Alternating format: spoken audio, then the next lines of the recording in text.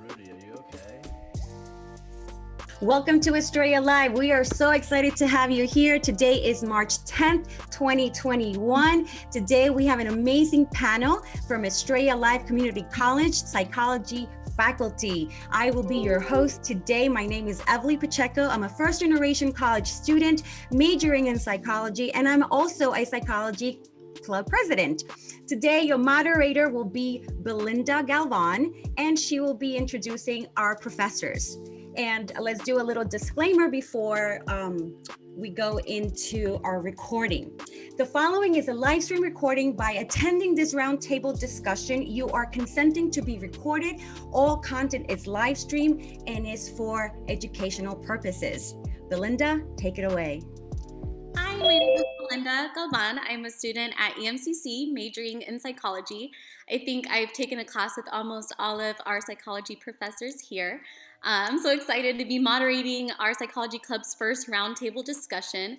Before we get started, I wanted to lay out the format for today's talk. We're live, but we're also recording. With that being said, please try not to talk over each other. If you're joining live, please place yourself on mute. Most of you have already done if you aren't speaking. We've put some questions together based on today's topic, which is about human behavior. First, we'll give the professors an opportunity to give us their take on the subject, but we'll try to get your questions answered as well, whether through chat or by raising your hand. And we'll do that after each segment or after each question. So today we have some really awesome professors who are residential faculty here at EMCC. We have Professor Wager, who specializes in biopsychology, statistics, and sleep psychology. We have Dr. Manning, who's a former clinician, specializes in developmental psychology. We have Dr. Van, who's a licensed counseling psychologist, specializes in abnormal gender diversity and sexuality. We have Dr. Brown, who specializes in research methods and statistics. We have Dr. Coleman, who specializes in developmental psychology and introduction to psychology. So we have just a really quick icebreaker. We wanted to know, what have you bought most of during the pandemic? I am obsessing about growing my own vegetables and produce. And so I have endless seed catalogs and endless plans for more new beds, and I've added new beds. So this is how I'm driving everybody crazy with my gardens. Professor Wager? Oh, we'll go with Dr. Manning. For me, two categories, also home items. So organizational items, my closet is impressive. It's very organized. And also my pantry. So I love organization, and also ingredients, because I've been cooking a ton. So, the things that you need one little bit of for a recipe, but you have a whole bottle. I have the bottles. I was able to get unmuted. But my husband and I have not been cooking as much. We try, but definitely what we've spent the most money on is takeout. Dr. Brown? Stretchy pants. Lots and lots and lots of stretchy pants. And I donate my clothing to a Hospice of the Valley charity store here. And they have all of my work pants. So for the first semester back on campus, I will still be wearing stretchy pants. There's just a lot of stretchy pants happening. No shame in stretch. Dr. Coleman? Chickens. Really? That's not true. Oh. The first to call me out was know me the longest. No, I'm not raising chickens. So I would say, along with everyone else, a lot of others, food. Spending a lot of money on food, masks, personal protective equipment. What else? And like Dr. Manny, my shoe game is still pretty strong. No question, Dr. Coleman. So we wanted to get the ball rolling with maybe like an easy or not so easy question. So it is, why did you initially select psychology, and what courses or knowledge first intrigued you? Dr. Coleman, let's start with you again. Oh, okay. When I first started college, psychology seemed interesting. I didn't have a chance to take psychology in high school. We didn't have that where I grew up. But I found it interesting. I took Psych 101. I got a B. And a lot of it was late. I mean, it was set up. Anyway, I could have gotten an A, but I decided not to take the final for whatever reason. I thought a B was cool. Then I got away from psychology, and I went into communications. I wanted to make movies. But I got back into psychology, and the one that really spurred the interest into making it a career field was, ironically, it was biopsych. Biopsych was the class that propelled me, like, oh, I love this stuff, and I worked really hard from there on because of the interest that I had in there, and that stuck. That's it. Awesome. Dr. Brown? Psychology had to beat me over the head. It was not a first choice. It was one of these relationships I think I've had with the topic most of my life, and ran from it several times, and it finally got me.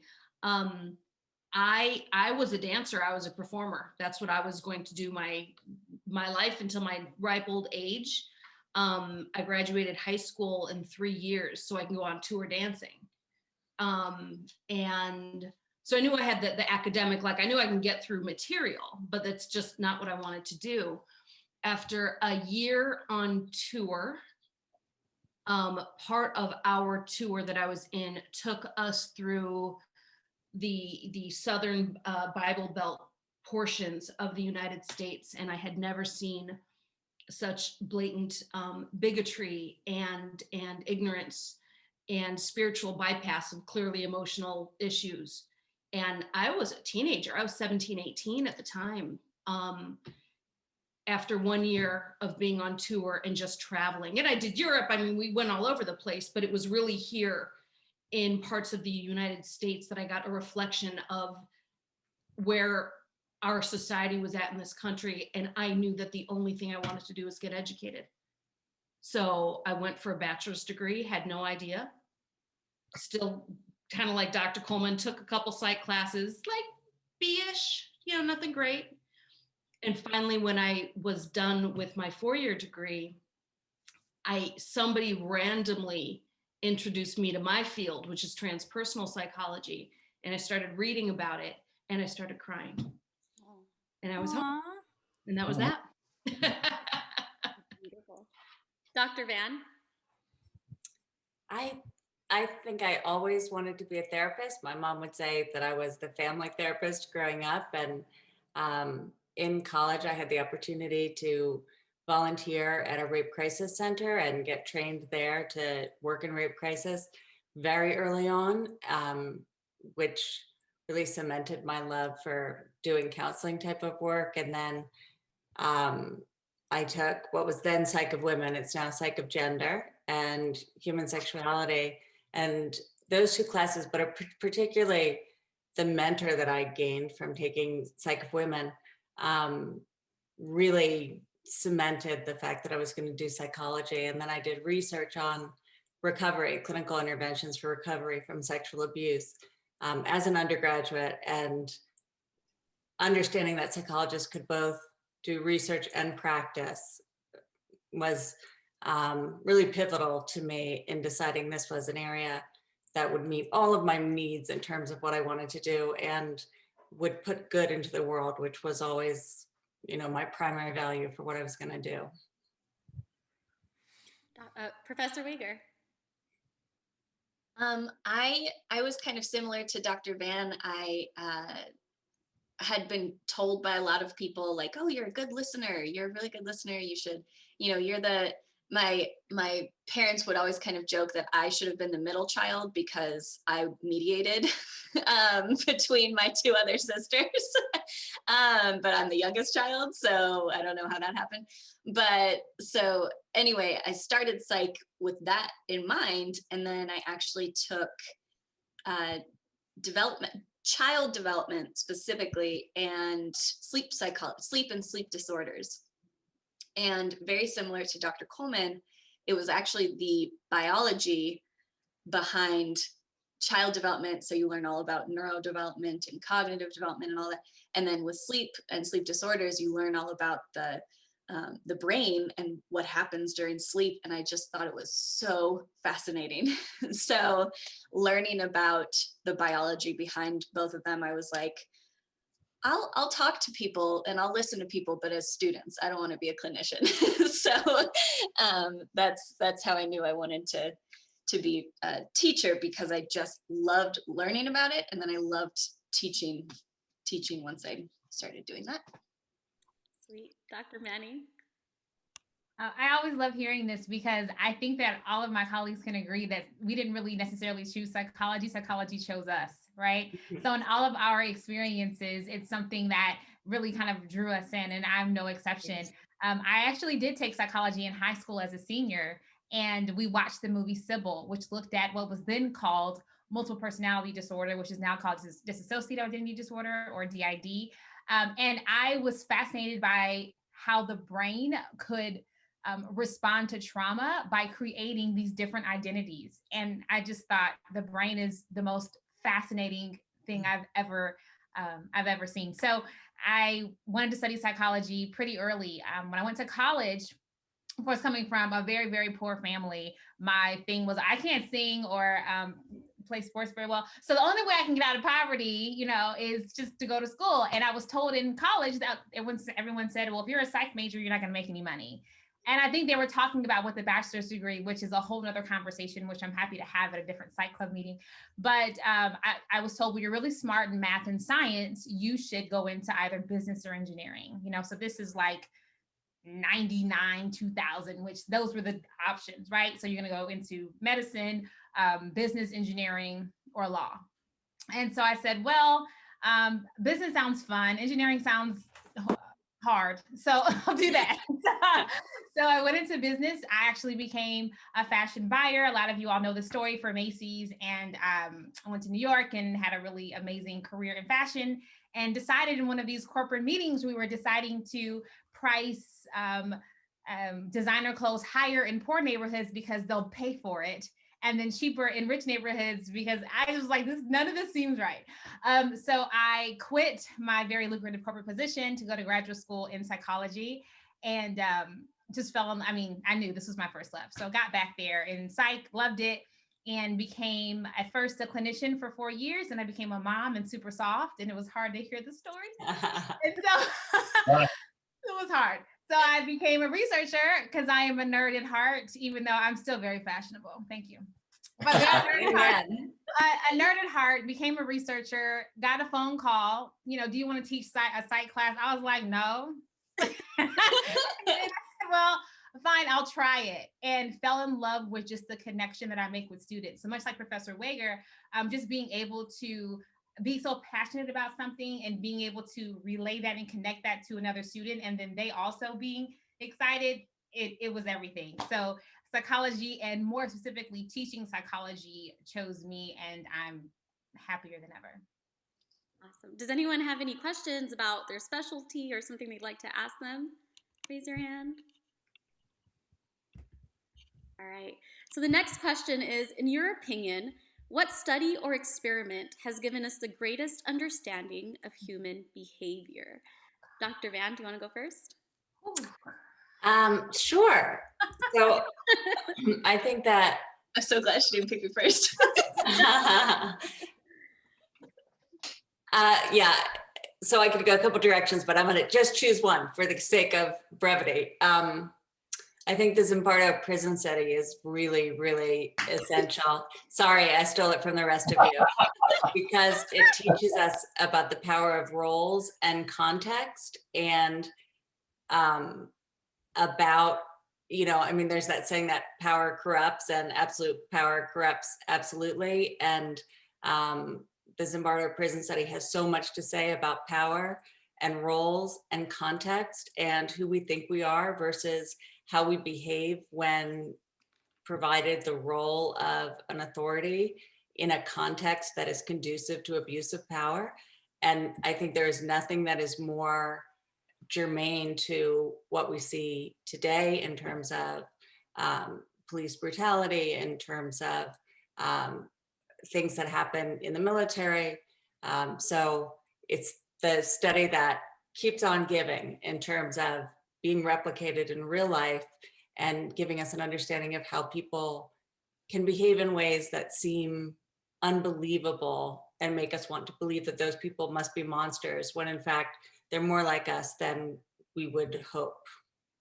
Well, it seems like a few of you wanted to talk about it. So what is the study? Can you tell us what it involved or what it was?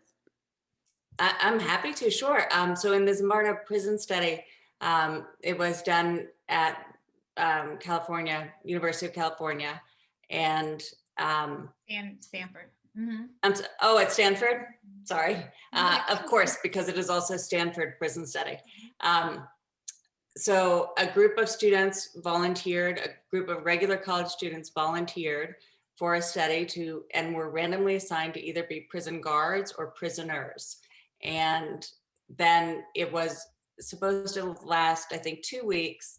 And there was a prison set up, a model of a prison set up, and the prisoners given their instructions and the guards given their instructions, but somewhat vaguely, you're a guard and you're a prisoner and behave accordingly.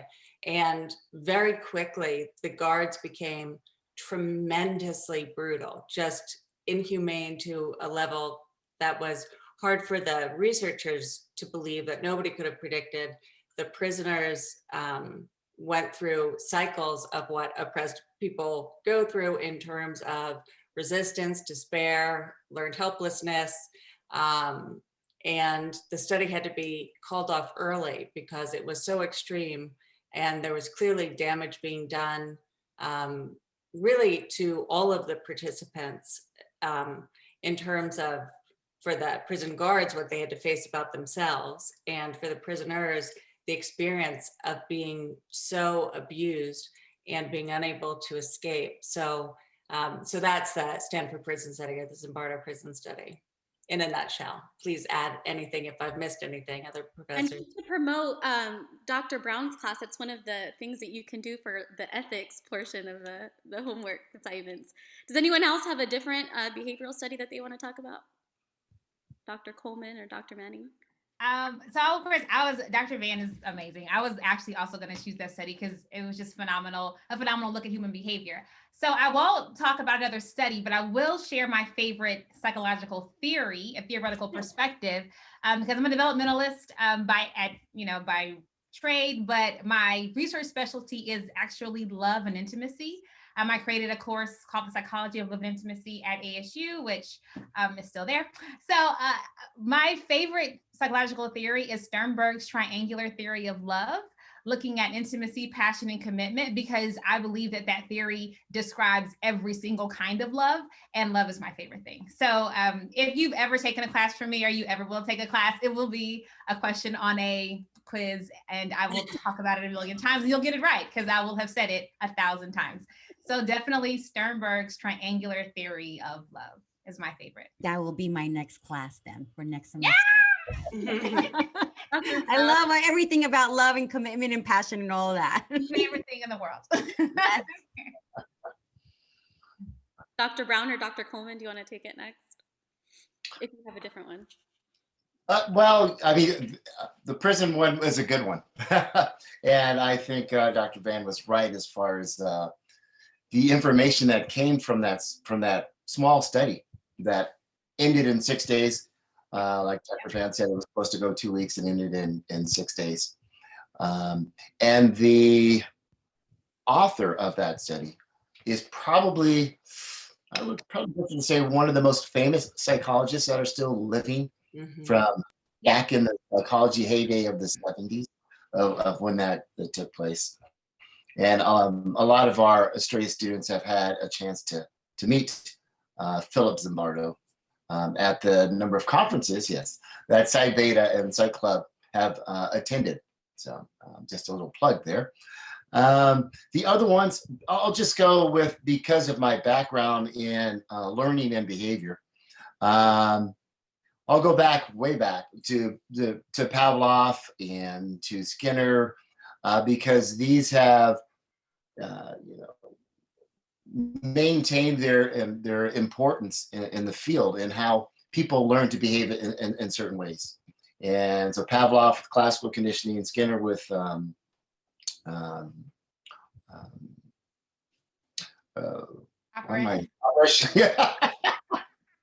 wow, operant conditioning. And we can throw Bandura in there as well with social. Bandura. Yes. Learning. So all of those forms of learning was important, not only in what they said, but putting psychology on the map itself as being able to examine certain concepts empirically, using research to understand various aspects of learning. So there's a lot more out there, but I'll just stick it to that one as the longevity and the importance of the information. So well said. I agree. Does anyone have any questions or something they want to add in before we move on? Can I throw in a biopsych plug? Because everyone took all the ones I would have said too. I would talk about the case study of Phineas Gage. Oh, yeah. So good, so tragic. And see, just like Dr. Manning always asks a question about Sternberg, if you take cuss with me, I'm always going to ask a question about Phineas Gage. So it was just so pivotal. And there are a few case studies that are huge that I'm sure many of you have learned about, HM, where for so long and until pretty recently in human history, it was believed that the psyche couldn't be studied, that we, our, love, emotions, thoughts, it was too abstract. So many people said it was part of our soul and our soul can't be studied. And so when things like that happened and it changed someone's thoughts and behaviors and changed how they were able, to function because something in their brain was damaged, it really started to make people understand, oh, we can study the biology behind this. There is a biological connection. So I just love those. Professor Wager, tell us what happened to Phineas Gage so that everybody knows. Yes, tell us the story of Phineas Gage. Tell us the story of Phineas Gage. So Phineas Gage was working on the railroad, and he was, doing this whole physical labor, and there was essentially like an explosion, and a tamping iron from the railroad went up through his cheek and eye and out the top of his head, so right through the front part of our brain called appropriately the frontal lobes. And so much about him as a person changed. So he survived and he could still communicate and he could still act and he could still move, and there wasn't paralysis or anything like that. But he started engaging in a lot of strange behaviors, like having risky sex, gambling, risky gambling, all of this stuff that had never really happened before. And so it helped us learn that the brain, particularly the frontal lobes, may have something to do with us not doing that kind of stuff all the time. I love that. I love talking about that in my 101 classes, particularly because it's the first time researchers didn't have to really analyze something post-mortem, like he survived. Usually you would look into the brain after it and you make some guesses, but this was a live case study in a sense that this person suffered traumatic brain injury. And as a result, we see personality differences based on that. And we can locate that to certain aspects of brain functions. And as you said, frontal lobe, executive functions. Yeah, good one, good choice. So kind of just to keep elaborating on behavior, nature or nurture, the great debate. Can you describe which of these two elements you believe personally has more power over behavior? Both. If you'd have asked that before I became a psychologist, I would have definitely said it was nurture. But we are more like our parents than we think we are. One of my most favorite things I've ever seen in a store. Close. Dr. Coleman, one of my most favorite things I've ever seen in a store was a little towel, and on it, it says, "Mirror, mirror on the wall, I am my mother after all." Can you maybe talk about, I'm so fascinated by this, like by twin studies and what we can learn from twin studies? Yeah, I mean, we talk about twin studies in biopsych a fair amount. So this whole, there are Hollywood movies about twins separated at birth and what happens. That happens in real life. It's rare, but it happens. And in a lot of those cases, the twins grew up not knowing each other in completely different environments and are still more similar to each other than siblings that were raised in the same household as the twin that was separated. So the genetic connection between those identical twins that were separated is the best predictor in their behaviors instead of how they were raised. Not to say that it doesn't matter how they're raised. That has a huge impact as well. So say that, oh, go ahead.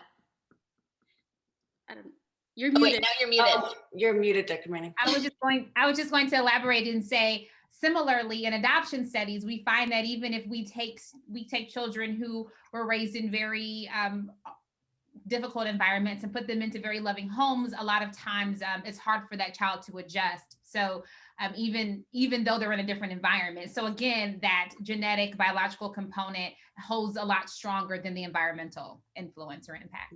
So then you can be, for example, I'm asking, are you predisposed to being someone who's angry, and then depending on the way that you're raised, and does that anger lead to you maybe becoming a boxer or a murderer? Does that affect it? Or are you kind of predisposed to be a boxer whether you're raised in either situation? I would say you're on the right track. When it comes to becoming a murderer, though, and Dr. Van can speak to this, that's more abnormal, right? Because people can be raised in violent environments, and a lot of them don't become murderers, right? So there's definitely a continuum of behavior, and abnormal is on the end of that continuum. But there are categories before you get to abnormal. So what you're saying, Belinda, is definitely on the right track. I would just add that one of the books that most influenced me as an undergraduate is a novel by Wally Lamb called I Know This Much Is True, about twins, one of whom has schizophrenia and the other who does not have schizophrenia. And schizophrenia has a 50% concordance rate, meaning it's one of the most highly inheritable diseases that we know of, that 50% of twins will be concordant, will either both have schizophrenia or both not have schizophrenia. So this novel is about one twin with schizophrenia and another twin who doesn't have it.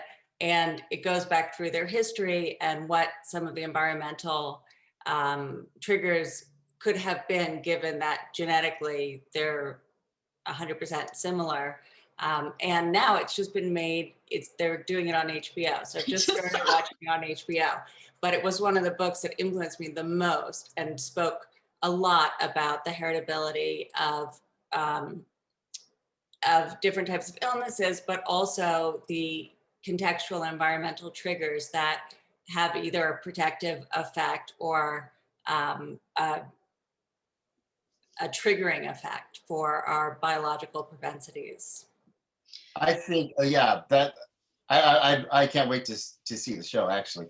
That you are predisposed to have certain traits based on genetic inheritance, but environmental conditions are often necessary to see the expression of these traits. So along with what Dr. Van just said, there's an old saying, probably not the best one, but that, holds the gun, but it pulls the trigger. I was about to say it, but then I'm like, does that promote violence? So you could be predisposed for various traits, but we may never see the expression of said traits Correct. without certain types of environmental conditions being present. Correct. Triggers. Absolutely. Mm-hmm. Does anyone have any questions before we move on to the next question? All right. So this is the fourth question. It says, how does imposter syndrome affect relationships? And maybe before we dive into the answer to that question, can you describe what imposter syndrome is? Dr. Manning, do you want to go first? You're muted. Oh, I was waiting for Dr. Mann because she's so good with this, but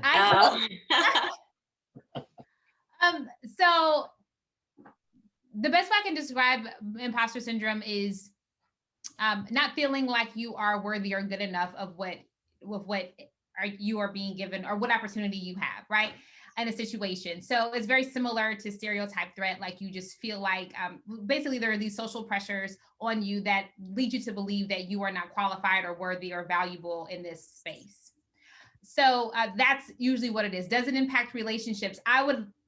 We could be here all day. I think it impacts different parts of your life depending on what your imposter syndrome is regarding. And because if it's just about academic work, it can definitely impact your performance in school, right? But that also impacts your performance everywhere else, because if you're having this imposter syndrome or this stress about going to school or feeling like you're not quite good enough, or you're in a room but you don't belong in that space, so somehow you're not included or you don't feel like you should be there, this is going to lead to feelings of just not feeling good enough, and that of course impacts your self-efficacy, your self-worth, and that bleeds into relationships, right? So sometimes that looks like overcompensating in relationships or out of relationships. Sometimes that just looks like being or extraordinarily argumentative. Sometimes it looks like you withdrawing and just not wanting to be a part of social situations, period, just because you want to avoid that kind of anxiety. So is it impactful? Yes. How it impacts an individual, I think varies.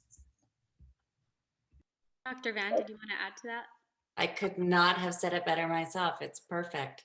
Oh, well, one thing I would add, and I really couldn't have said it better myself, but I would add that there's an important element of shame and fear of being found out.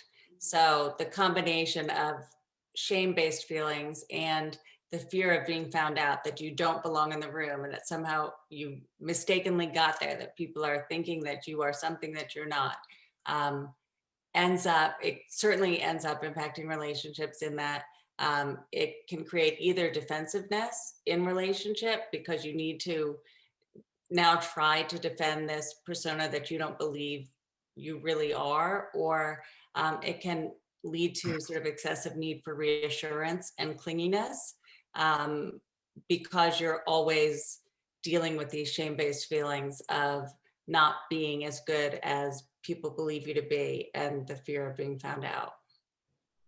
So important that you added that, because a lot of times what that looks like in the classroom is students won't speak up or volunteer or answer questions or verbalize their thoughts even because they feel like they're going to say something that isn't correct or they should be smarter than they are, and there's this fear of being found out. So what happens is they're very quiet, but there's a detriment because we don't get to hear their voice. When I say we don't have the opportunity to hear their life experience. And oftentimes when we're asking questions, I'll just speak for professors in general, we're asking about your perspective. In certain areas, right, in math and things, there's a right and wrong answer, but in psychology, we just want to know your worldview. We just want to know your experience. And a lot of students will sometimes be quiet because, again, this fear of, oh, you're going to find out that I'm really not supposed to be in this space. And that leads to them shutting down and us not really being able to hear their complete voice and experience, which is unfortunate. I'm going to say something here. This is one of the things, like when I first started taking a psychology 101 and I'm like reading it, I made this big thing in my mind, like, oh my God, I'm taking psychology. And I did not know that I had to share my own experiences. And then I was like, when professor said to me, well, Evly, you have to share your point of view so I can understand you. So I was like, okay, here we go. I opened the floodgate. Here you go. And I have so much info in it. And that's why I become so open and talkative and, outgoing, because I'm like, oh, okay. So this is the process of knowing yourself, right? And understanding the material So you're able to communicate and be like, oh, and retain the information, because that's one of the hardest thing, right? And the only way you can retain it is that you can apply it to yourself and figure something out along the way. And what's been happening to me is that a lot of things have been connecting. It's just like one thing connects with another, and I'm putting like the word to the images that have happened to me. So it's been great. What a really important point, Evly, because being able to relate something back to yourself in terms of learning is one of the most essential pieces of really learning it and processing it at a deep enough level that it goes into your long-term memory. And from there, you can make links to other material, which will help you remember the new material as it links to the material that you already have because it had personal significance. Oh, it happens even with movies. Like when I see, I'm like, oh, there it goes. I start connecting now. Before I used to see it were like the lighting and the directing and the acting, but now I'm listening to the language and behavior and, just more of it. And it's just connecting a lot for me. So I'm really happy that I've taken psychology. Oh, I love to hear that. Yeah. I was just going to say that I wonder, or I bet, even on this call, there have been, and I know it started out a little rough, which is partially my fault because I let marketing put the link on Twitter. So it may be my fault. I'm sorry that the chat isn't open, but I bet there have been people when we've been talking about the different experiments that we talked about, or when we were talking about nature versus nurture, like you guys are probably having brilliant thoughts in your mind, but you might be still a little bit afraid to like turn on the camera and, ask a question. Or I just know when I was in undergrad, the thought in my head was, I bet I don't have an original thought. Like, I bet someone has asked this question before, or if I ask this question, they're going to be like, yeah, that was on page 12 of the text. Did you not read? Like, so I was just always afraid of that. And because of, certain mentors and things, I got more confident in saying things I was thinking. And it is why I was more successful, right, in general. So anyway, if that has happened on this call, know that even if we've moved on to another topic or anything, if you turn your camera on and like give a little wave, we love to hear from students also. Yeah. I was going to throw a couple of points in there. I just to reinforce what my colleagues are saying. It's important to talk about the field, and it's important to have your perspective. In psychology, we do research and experiments and we deal with probabilities, but there's nothing 100%. There's always another perspective on a topic that hasn't been researched, but it doesn't mean it holds less value. That these are important things that maybe the next researcher or you yourself want to look at more intently on something. So another reason why I love the Psych Club and Psych Beta meetings in that we do have opportunities to discuss certain concepts at a certain level that we can go beyond even the research on what's on. And we have our own ideas. And sometimes that even turns into research projects on campus that are going on. So yes, I think it's great. And if you want to be involved with that, not just a shameless plug, but hop into Psych Beta or Psych Club meetings and you could be part of that. And I think it's great. Karenina, I saw you raise your hand. Yeah, someone needs to unmute her. Hi. No, I just wanted to ask. First of all, thank you. I'm loving it. But about the imposter syndrome, is there any stages or something that it gets like more worrisome if the person gets to this point, or how can you just how you know that it started? I don't know, like how it has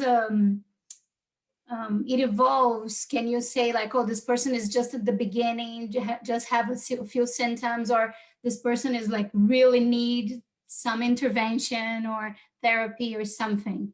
This is what I wanted to know. Thank you. you're really wise to see it as on a spectrum, that people have certain symptoms that are sort of singular, or maybe a couple of symptoms that are mildly bothersome, where they're not certain if they belong in the room, they're not certain they are who people think they are. And what happens, I think, is that at that point, people become very silent, like Professor Wager was saying, and then the self-doubt starts to grow. And as it grows, the doubts multiply. And so I would say, right from the beginning, at the first thought of, I don't belong here, I don't really have anything valuable to say, the most important thing is to actually say that to somebody that you trust, to say that to your professor, to say that to your, some classmates that you are in a study group with or whatever, because speaking it aloud is the first thing to reduce the shame. And it also allows you the opportunity to realize that many people around you are having those same thoughts. But as I said, if you stay silent about it, those thoughts do tend to grow.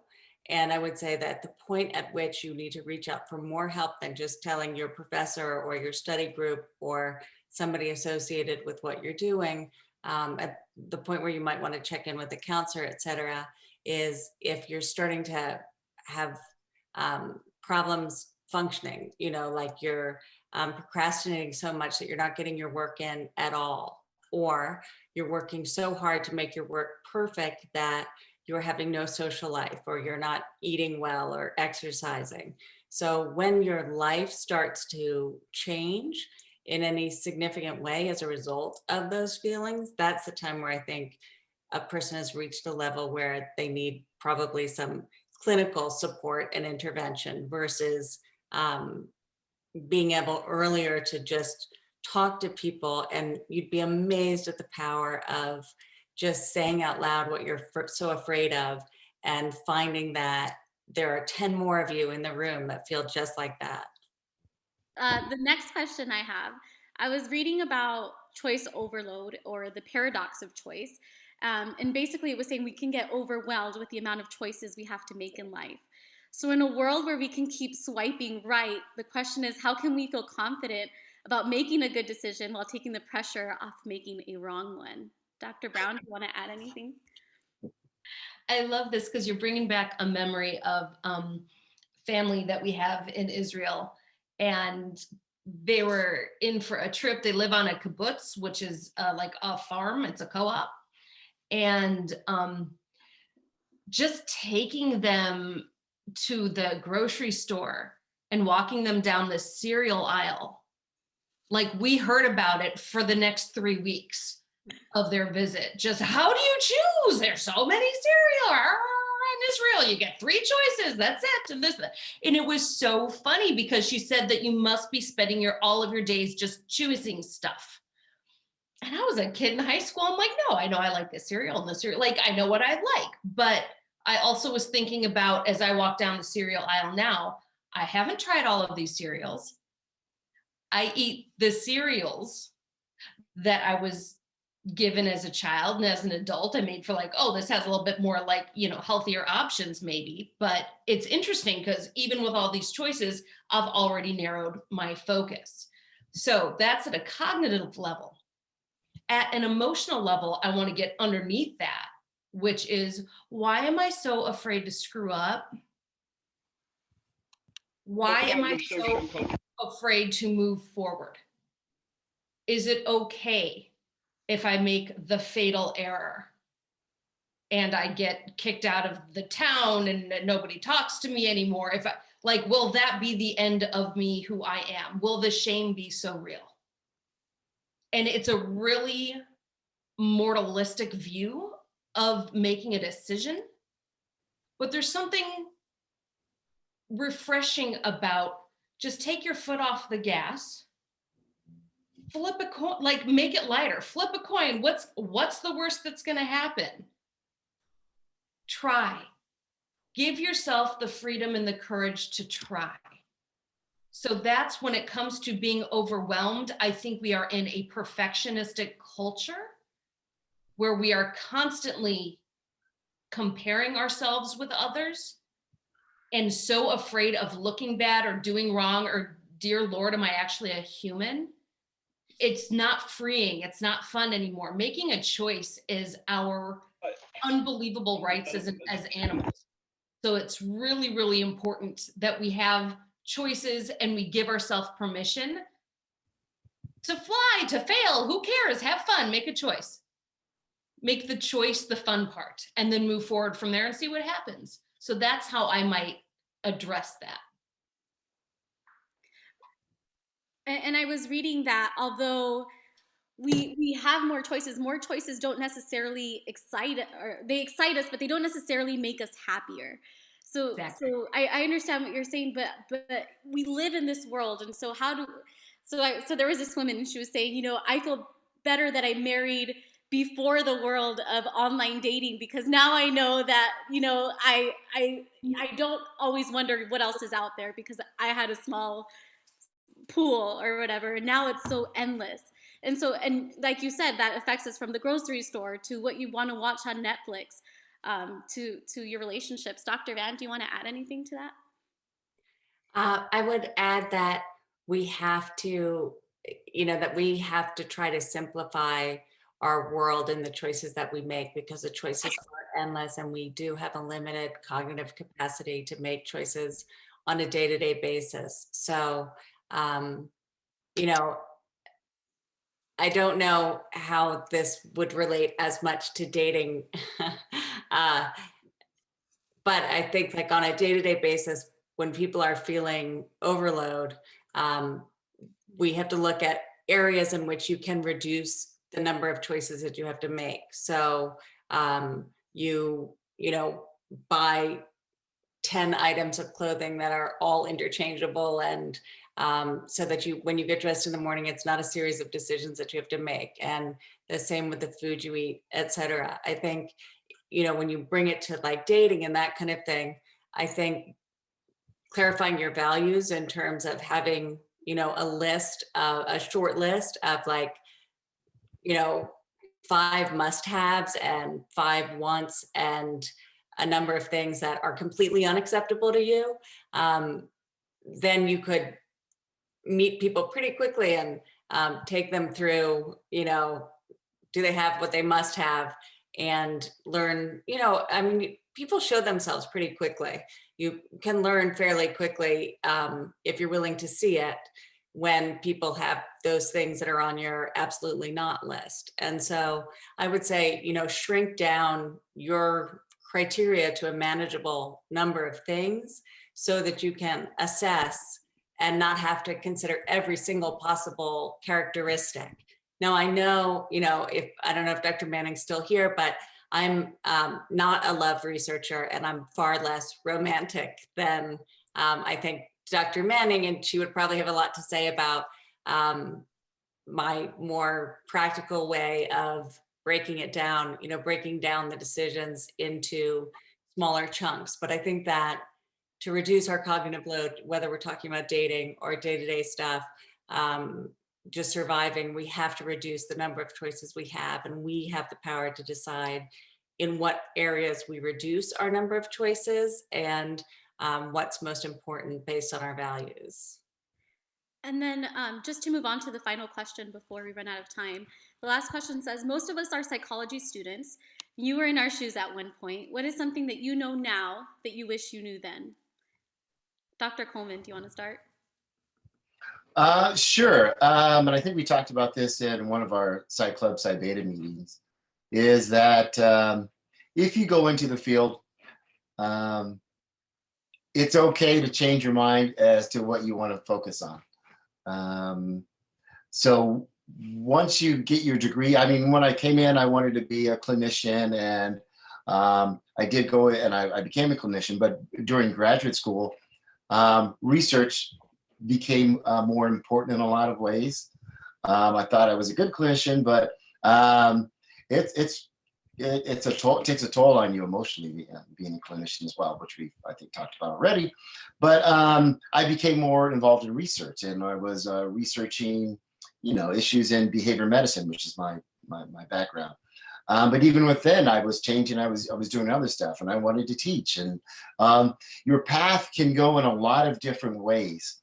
And to know that it's okay, that you're not making a mistake or something, that and this might go with the choice that we just talked about before, that you have a lot of options out there, and it's okay to change course and go with what you feel or what you really want to do. And if it changes in a year, that's okay. So we have all these strange pathways that we've traveled to get to the point where we are now, and it's okay. Professor Wager, what's something you know now that you wish you knew then? I was just going to say, I thought it went really well with imposter syndrome when we were talking about imposter syndrome. And I tell this story to a lot of students because I think it's important that people know that I wasn't accepted initially to my graduate program that I later joined. And part of why I was accepted was because one faculty member of the like 20 that made the decision was like, well, I need someone and I don't have anyone. Like, can I take Erica? And so I had immense imposter syndrome. I was like, I literally wasn't supposed to be here. Like, they said no to me. And so I had never even learned the term imposter syndrome until my end of second year of grad school. And I remember just reading about it and being like, that's it. That's what I experienced. So just whenever there's thoughts like that happen, it's easier said than done, but trying to, tell yourself you're not alone, for sure. Dan? Something that I wish I had known. Mm-hmm. Yes, I would piggyback on what Dr. Coleman and Professor Wager said. In terms of what Dr. Coleman said, I do think it's worthwhile to take risks. And my mother told me when I started graduate school and desperately wanted to quit because I was so lonely and scared. She said, there are very few decisions you make in your life that you can't undo. And so, give it 6 months and then undo it if you want. And so I think that gives you the freedom to take the risk, to know that you can always change your mind, that take the risk, because if you fail or if you hate it, there's something else that you're going to do next. And I think it's really important to think of that. And then like Professor Wager said, talking to people is essential, and I was very isolated and alone in my graduate program for a long time because I was by far the youngest and the only single person in my graduate program. And I remember several years in just talking to a group of women in my graduate program and realizing that we had all similar experiences and shared experiences. And I had felt sort of outside of their experiences, being in a different life stage. And it made all the difference. So I would say talking to people and being authentic about what you're experiencing makes all the difference, whether you're in school, in your profession, sort of in all aspects of your life. Finally, Dr. Brown, get the last word. I would say advocate for yourself, because very much piggybacking on my amazing colleagues and all of our journeys being so different. What Dr. Coleman had said about really that it can go like this. I had to advocate for myself graduating high school in 3 years. They said, no one's done it before, you can't do it. And I'm like, well, I need to go on tour. So help me, please help me. This is what I'm going to do. And I marched into the principal's office and he was just stunned. And he said, you can't do it. And I said, please open up the student handbook and show me where I can't do it. Now, I was not his favorite person, but I got out in time to go dance and do what I needed to do. For graduate school, it was a similar situation where I was doing research for my dissertation on women, and you had to have a dissertation chair from our residential faculty. Nobody was working on women's topics, so I had to switch my topic. And I went, no. this is what I'm doing. This is my passion. Let's continue. And finally, I had a professor, Dr. Arthur Hastings, who really did consciousness studies, but I had TA'd for him. And he liked my teaching style, interestingly enough, now that I'm a professor. And he said, I don't care about women's studies. I don't care, but I like you. I'll chair your committee. At the end of my dissertation, he actually wrote me a thank you note. I'm gonna start crying because he passed away, saying, I have learned so much about women.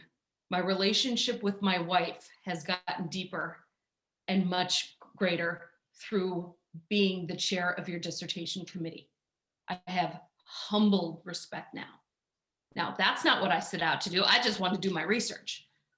But the fact that I had to advocate for myself and I had to trust this and get over my own imposter syndrome very much, as Professor Wager was saying, it's so important to just tell people what you need, ask for the help, and get there, and let the cosmos bring you everything else you need. But having that steadfast belief in this led to some really amazing ripple effects in my life, but obviously even in my own dissertation professor's life. And he was a 10-year, he was foundational to my graduate school. So I would say, please listen to yourselves and go with what you love. Advocate for yourselves. You guys are so amazing. You're going to do all great things, big and small, and they will have such ripple effects regardless if they are big or small. So thank you guys. Thank you all for working with us as we navigate our first psychology club discussion. I'll pass it back to Evly. Yes, this was amazing. Thank you for sharing your stories. It's really meaningful. This gives us an insight to you, to the classes, to the club. It's an honor. Again, I'm always super excited when we go to our other Wednesday meetings at 1 p.m. to meet. It's always so, you always learn something new. I just want to say thank you. And I'm so grateful for everyone showing up today and being here and supporting us. And remember, you don't have to be a psychology major to be in the psychology club inside Beta.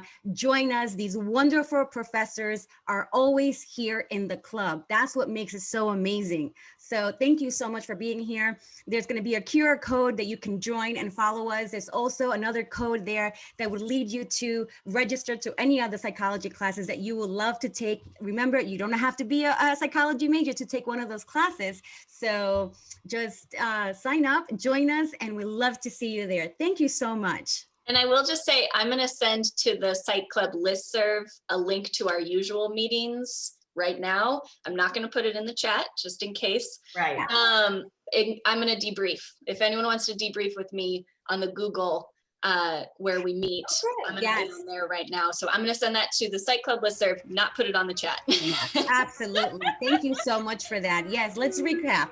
Thank you all so much. It's really been fun. Thank you, everyone. Thank you.